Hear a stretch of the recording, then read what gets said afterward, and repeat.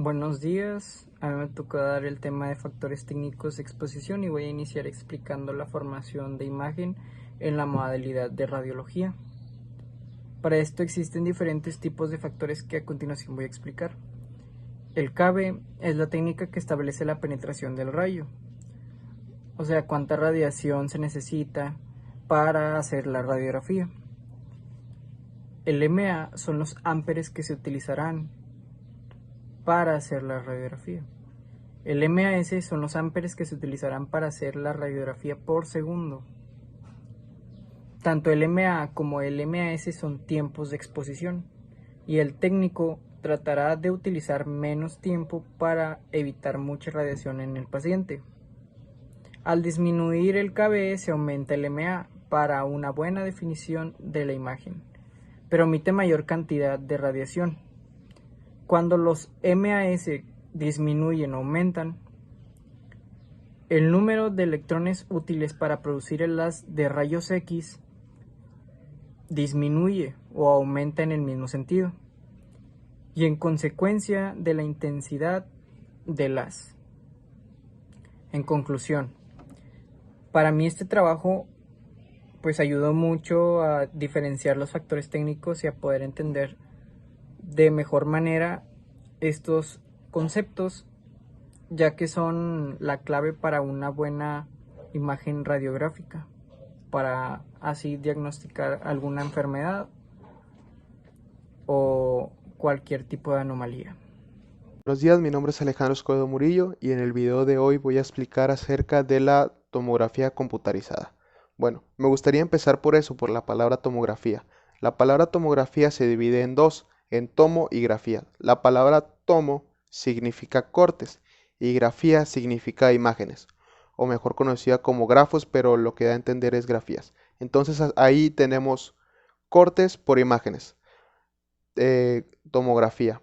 Luego sigue la palabra computarizada. Computarizada, como ya sabemos, significa que es a un sistema computarizado. Entonces la palabra dice tomografía computarizada significa cortes por imágenes mandadas a un sistema computarizado. Bueno, pero ¿qué es la tomografía computarizada? O mejor conocida como TAC, tomografía axial computarizada. Bueno, la tomografía computarizada es un diagnóstico donde se pueden observar los cortes sagital, coronal y axial. Es una técnica de diagnóstico que se utiliza para observar las distintas estructuras. Esta mide el coeficiente de atenuación de los rayos X de aquella región del cuerpo que se necesite ver. Esta a su vez se transforma en un valor numérico que se manda a la computadora y la computadora ya detecta si es tejido o es líquido. Pero siento que me estoy adelantando un poquito. Me gustaría empezar a hablarles sobre los componentes que involucra el TC, la tomografía computarizada. En primer lugar tenemos la camilla, después tenemos la mesa del trabajo, después tenemos el gantry, también tenemos el generador, el colimador y por último y no menos importante tenemos el tubo de rayos X. El tubo de rayos X, a diferencia de la radiografía convencional, no se ve, no lo ves visualmente, ya que este está incorporado en el gantry. Pero esto lo vamos a hablar más a detalle cuando empecemos a hablar sobre el tubo de rayos X. Primero está la mesa de trabajo. La mesa de trabajo es la que se encarga de soportar al paciente. Ojo, no es lo mismo la mesa del trabajo que la camilla. Lo que se encarga la mesa de trabajo es de proteger a la estructura, es la que está centrada en mero en medio y lo que hace es aguantar el peso del paciente al momento de acostarse. Otro componente que se encuentra es la camilla. Para que se entienda un poquito mejor, la mesa de trabajo es la que se encuentra primero asignada para soportar todo el peso del paciente que éste le provoque. Después de la mesa de trabajo, donde también están aquí los componentes, se encuentra la camilla. La camilla está encima de la mesa de trabajo y esta lo que se encarga es de meter y de sacar al gantry que está aquí posteriormente, ¿verdad?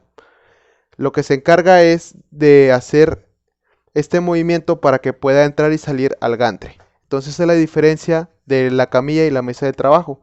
La camilla también se puede inclinar dependiendo a la parte del cuerpo que se quiera ver, a la estructura del cuerpo que se quiera ver. Ahora pasemos a hablar del gantry. El gantry es aquella estructura en forma de anillo que al momento de tú entrar al TAC es lo primero que ves, ya que es una estructura muy grande. Al momento de estar prendido, a lo mejor puedes ver que está girando constantemente. Y al momento de pasar al paciente también se le indica o es recomendación que cierre los ojos, ya que al momento de que la camilla entre y salga en el gantry, como está girando el tubo de rayos X dentro del gantry, puede marear un poco al paciente. Pero también eso lo explicaremos un poquito más a detalle. El gantry, como ya dije, es la estructura en forma de anillo. En esta se encuentra el tubo de rayos X. El tubo de rayos X lo que hace es que gira, no se encuentra fijo. El tubo de rayos X gira y en el gantry se encuentran todos los detectores de imágenes. Actualmente la tecnología nos ha dado como para unos 3000 detectores de imágenes. Es una cantidad muy grande. En el gantry se manda todos los datos al monitor, donde ya se ven en todos los cortes. El gantry es la estructura más importante, ya que en esta se encuentra el tubo de rayos X y tiene la función más importante también, ya que manda todos los datos a la computadora. Como ya comenté, la otra estructura para el TAC es el tubo de rayos X. El tubo de rayos X probablemente nosotros lo ubiquemos en la radiografía convencional como ese gran tubo que tú puedes sostener y manipular, pero no, el tubo de rayos X aquí se encuentra adentro, en el interior, en el gantry, es el que se mueve en forma de círculos, en forma de anillos, y así la estructura que pasa la ve en todos sus grados y al momento de chocar, aquí hay un detector de imagen y al momento de girar hace otro disparo y aquí hay otro detector. Así a su vez viendo la estructura en 360 grados. Otra estructura que se encuentra adentro del TAC es la siguiente y es el colimador. El colimador aquí no es tan diferente como nosotros lo conocemos en la radiografía convencional, ya que les voy a dar un ejemplo. Tú posicionas al paciente, si es de cráneo, lo acuestas y primero que empiece por la cabeza lo pones en decúbito supino. Al momento de tú poner en el monitor, tú le tienes que decir por ejemplo, al gantry, que primero vas a iniciar entrando con la cabeza. Es decir, que la camilla, lo primero que va a entrar de la estructura va a ser la cabeza, porque queremos ver el cráneo. Entonces le pones, va a entrar primero la cabeza, pero el colimador tú lo pones más o menos al área de la barbilla. Vamos a explicar esto también. Ya tenemos ubicado la mesa de trabajo, que es la estructura que sostiene el peso del paciente. También tenemos ubicado la camilla, que es la que entra y sale. ¿De qué entra y sale? Del gantry, que también lo tenemos ya explicado, que es aquella estructura en forma de anillo que contiene el tubo de rayos X y esta a su vez gira en 360 grados para ver las estructuras que queremos ver. Al momento de tú lo pones el paciente en la camilla que está sostenida en la mesa del trabajo, tú lo tienes que elevar, ya que tiene que quedar a mediación del gantry. Generalmente lo que se encuentra son 160. Tú lo marcas a la altura de 160 y ya está nivelado a la mitad. Eso depende también de los diferentes TAC que hay. Por ejemplo, unos puede ser 170, otros de 150, otros de 180. Es dependiendo cada uno. Pero en el que yo conozco es de 160. Entonces lo ubicas a la altura de 160 y ya queda posicionada a la mitad. Le das a entrar. Lo que hace la camilla es entrar y enciendes el colimador. Al momento del paciente estar entrando en decúbito supino, pones que el colimador esté en la barbilla. El colimador, igualmente como lo es en la radiografía convencional, es una línea roja que tú al momento de entrar al paciente observas hasta dónde es. En el caso del cráneo, pues lo pones a la barbilla. Entonces, ya teniendo el colimador, sigue otra función muy importante que hace el TAC o todo lo que viene siendo la radiografía, y es el generador. Todo esto, el que esté girando el tubo, el que esté subiendo la mesa, el que esté entrando, involucra una energía muy grande. Es por eso que no los equipos de rayos X no se conectan directamente a la luz, se conectan a un generador aparte. Y esta a su vez, tú seleccionas lo que quieres tomar y el generador da la energía para que todas esas acciones puedan ser posibles. Entonces, ya tenemos ubicado lo que es la mesa de trabajo, la camilla que entra y sale. En la mesa de trabajo también se sube para que pueda dar a la altura media y que entre perfectamente en el gantry el paciente. Tenemos ubicado también el gantry, que viene siendo de esta forma, en forma de anillo, el tubo de rayos X, el colimador que se encuentra en el gantry, que es igual a la línea roja y que tú, dependiendo de la estructura, vas a ubicar en donde la quieres. Y por último tenemos el generador. Y esos son todos los componentes que debe tener una tomografía axial computarizada. Entonces, ya tenemos ubicados los componentes que involucra una tomografía computarizada. Pudimos ver como ejemplos cómo se posiciona y todo eso. Ya vimos lo que podemos ver, pero ahora vamos a realizar lo que está más allá de eso, que es la computadora. En la computadora, al momento de hacer los disparos de rayos X, todo se manda a la computadora y en la computadora se pueden ver las imágenes.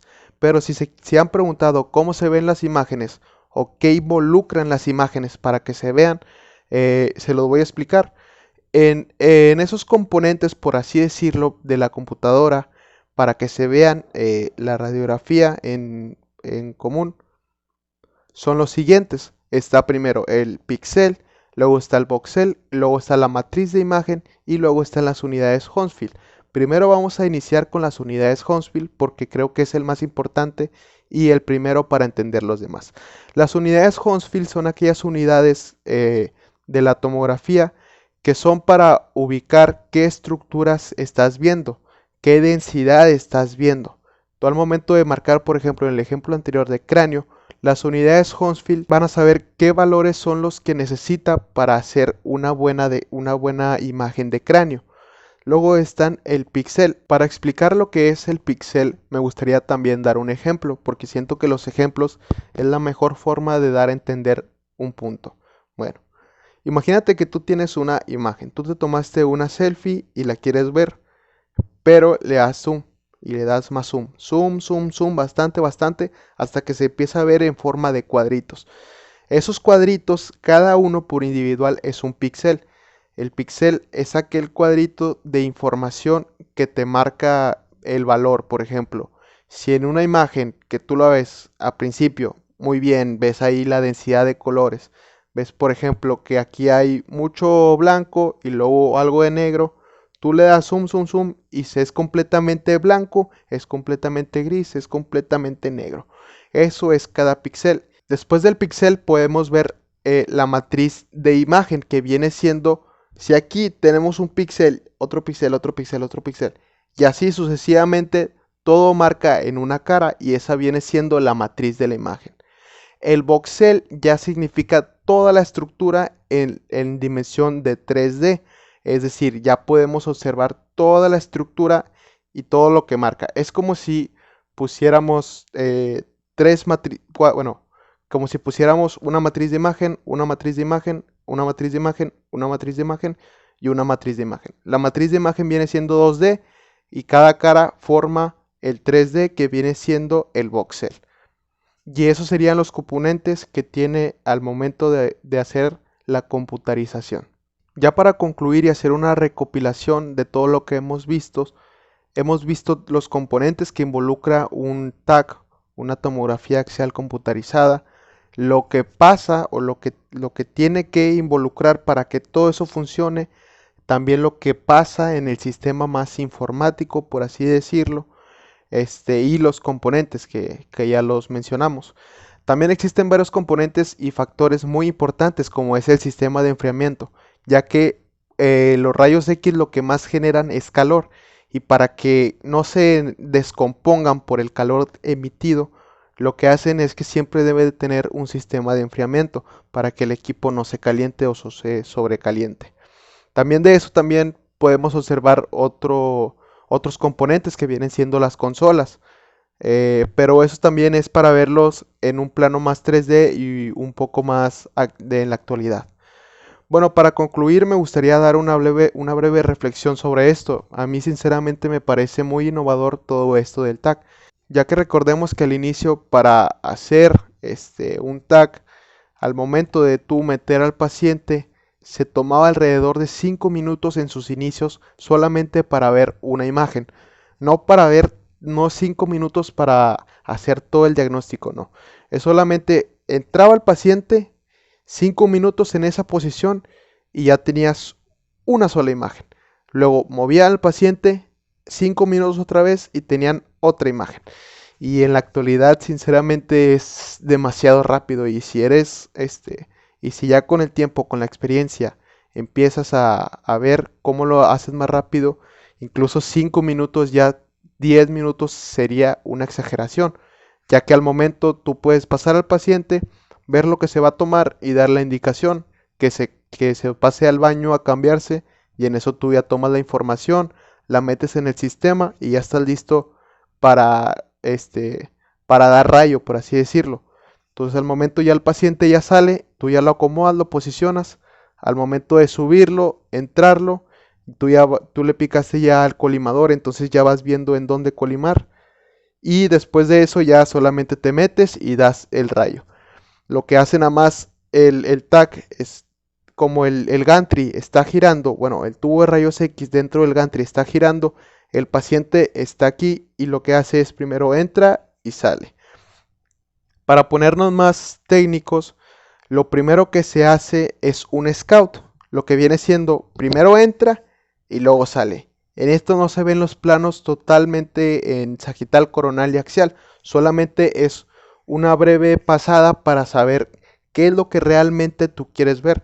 Al momento de hacer este scout y de que ingrese y salga del gantry, tú estás viendo ya la estructura, ya estás viendo los rayos X, por así digamos, la estructura visible.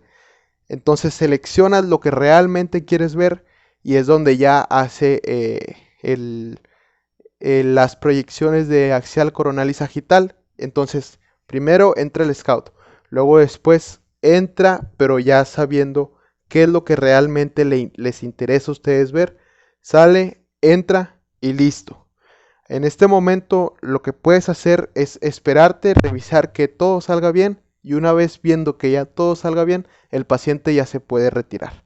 Es muy importante eso, ya que muchas veces como el gantry y el tubo, bueno, el tubo de rayos X está girando dentro del gantry, la persona se puede marear y se puede mover. Y lo que a nosotros nos interesa es que esté completamente recto. Es por eso que al momento, antes de dar el rayo, al paciente que está, en este caso es de cráneo, está acostado, tú tienes que ver que esté perfectamente alineado, que no esté en una posición como de lado, que está perfectamente alineado con todo estando acostado, ¿verdad? Y bueno, esa es mi conclusión. La verdad me parece un tema muy interesante que antes se tardaban 5 minutos en hacer solo una imagen y ahora si eres muy rápido y muy habilidoso en 5 minutos ya tienes todas las estructuras visibles, todos los cortes y todos los planos. Me parece eso una gran idea y también existe, esa es la cuarta generación de los TAC, el que acabo de mencionar. Pero también está en duda si la quinta generación sería la tomografía helicoidal, que esa es un poquito más que el paciente entra mientras el tubo y el gantry se está moviendo. Eso igual también es menos producción de rayos X, es decir, menos radiación, perdón, que tiene el paciente y es lo que se está viendo si va a ser otra nueva generación o solamente es es un suceso o es un resurgimiento de la cuarta generación y sigue siendo cuarta generación. Pero bueno, esa sería mi conclusión. La verdad me interesa mucho este tema, me parece muy interesante y también me interesa ver cómo será en el futuro. Mi nombre es Alejandro Escobedo y acabo de explicar lo que viene siendo la tomografía computarizada. Muchas gracias. Hola, mi nombre es Sergio Mario González Silva y hoy les voy a hablar acerca de la resonancia magnética. La resonancia magnética es un equipo de diagnóstico por imagen que utiliza un campo magnético junto con ondas de radiofrecuencia para generar una imagen del cuerpo. La resonancia magnética se conforma por cuatro principales cosas, las cuales son el imán, el que genera el campo magnético, los tres gradientes, un emisor o varios emisores de radiofrecuencia y antenas. Vamos a empezar con los tipos de imán. Existen principalmente dos tipos, el cual son los permanentes y los superconductores. Estos segundos son los más comunes. Ahorita vamos a ver por qué. Los permanentes son imanes, vamos a llamarlos naturales, que no utilizan electricidad y pues no utilizan otra cosa para estar funcionando, al contrario de los superconductores. Estos imanes producen imágenes de baja calidad y también generan campos magnéticos más débiles en comparación de los otros. Los superconductores utilizan mucha cantidad de energía para poder funcionar y poder estar prendidos y utilizan mucho helio. Este es el que le da la refrigeración al imán. Forman campos magnéticos muy fuertes, bastante fuertes a comparación de los otros, y más homogéneos, más fáciles de controlar, y también generan imágenes pues de mucha mejor calidad. Ahorita, como mencionaba, hay otras tres cosas que conforman una resonancia magnética, y el segundo son las gradientes. Los gradientes nos sirven para seleccionar los cortes y programarlos, donde queremos esos cortes para poder producir una imagen. Estos cortes pueden ser como sagitales, coronales y axiales o transversales.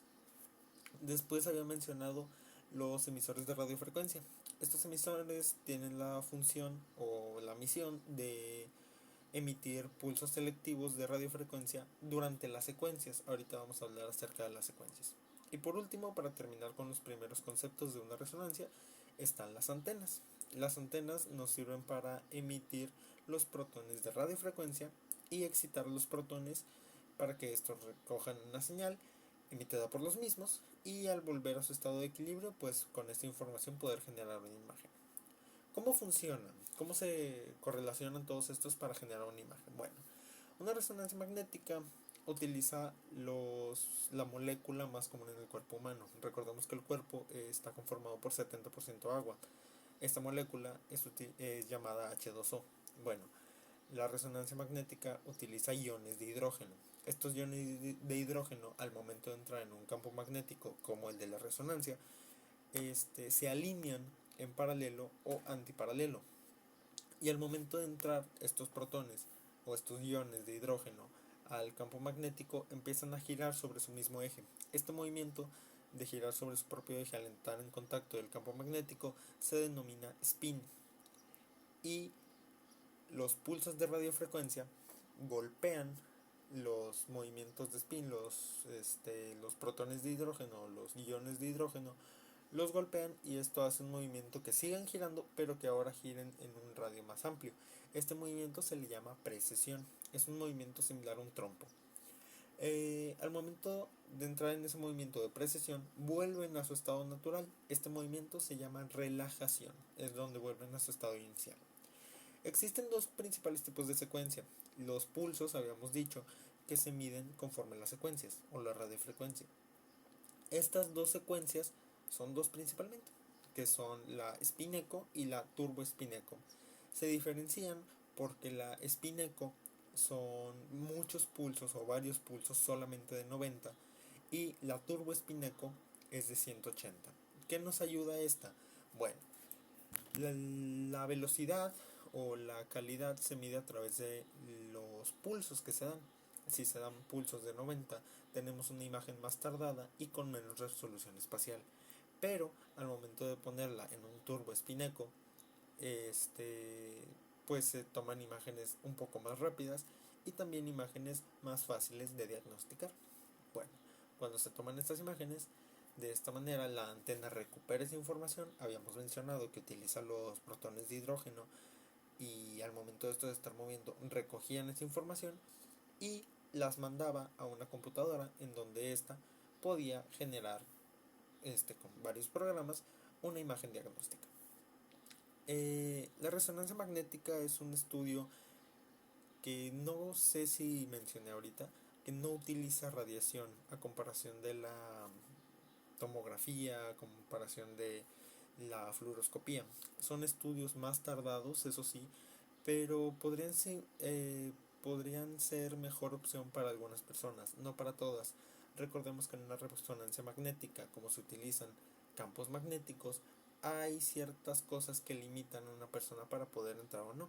Principalmente que ésta no tenga metal en su cuerpo que pueda ser magnético, como puede ser algunos tipos de marcapasos, como pueden ser algunos tipos de prótesis, tornillos, placas, porque todo esto no es que lo vaya a arrancar el imán como mucha gente piensa, sino que van a empezar a vibrar. Recordemos que el imán no está enfocado solo a una dirección, sino que es continuo a través del cuerpo del paciente. Entonces estos, al estar adentro, el metal estar adentro del paciente, empieza a vibrar. Esta vibración genera calor. El calor se detecta ya hasta muy tarde, ya cuando el paciente se está quemando desde adentro a raíz de ese metal. No todos los metales que se utilizan son magnéticos, como puede ser el titanio, que no es magnético, el acero quirúrgico me parece que tampoco es magnético, y pues en esos casos no habría mucho problema. También hay que tener mucho cuidado con las cosas que se meten y el cuidado que tenemos al momento de entrar a las salas de resonancia magnética. Recordemos no llevar aparatos electrónicos como celulares, no acercar tanques de oxígeno, no acercar cosas que puedan ser atraídas por el metal. Por muy pequeñas que sean, recordemos que estos campos magnéticos suelen tener una fuerza mayor a la que está teniendo el campo magnético de la Tierra, y pues eso puede resultar muy peligroso, puede resultar en accidentes pues que no queremos que ocurran, y que resulte en tener que apagar el equipo, en que cueste la vida de un paciente o que cueste la vida de alguno de los trabajadores que estemos utilizando. También la resonancia magnética, al no utilizar radiación, podríamos decir que es menos riesgosa y menos invasiva para el paciente. La radiación tiene un riesgo, pero podrían generar imágenes más rápidas. En algunos casos que necesite que sea muy rápida el diagnóstico o muy rápida la imagen, pues podríamos decir que una tomografía o una fluoroscopía o simple una radiografía podría ser una mejor idea o una mejor solución para alguna persona. Pero para ver cosas muy pequeñas o cosas que no salgan en una radiografía, como puede ser una hernia de disco o un disco negro en la columna, una resonancia magnética podría ser mejor, ya que nos produce una mejor imagen.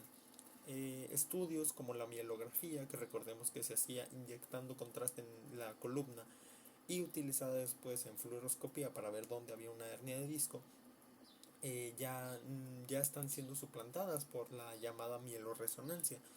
La resonancia magnética genera una imagen sin necesidad de contraste, sin tener que poner en riesgo al paciente, pero eso sí, siendo un estudio mucho más tardado. En conclusión, considero que es uno de los estudios más completos que hay. Es uno de los estudios que solucionan ciertos problemas y dan esa, valga la redundancia, esa solución de,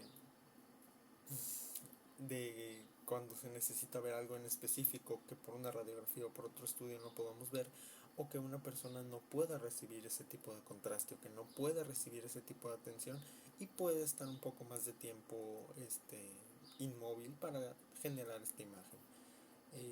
Sería todo por el momento y les agradezco la atención.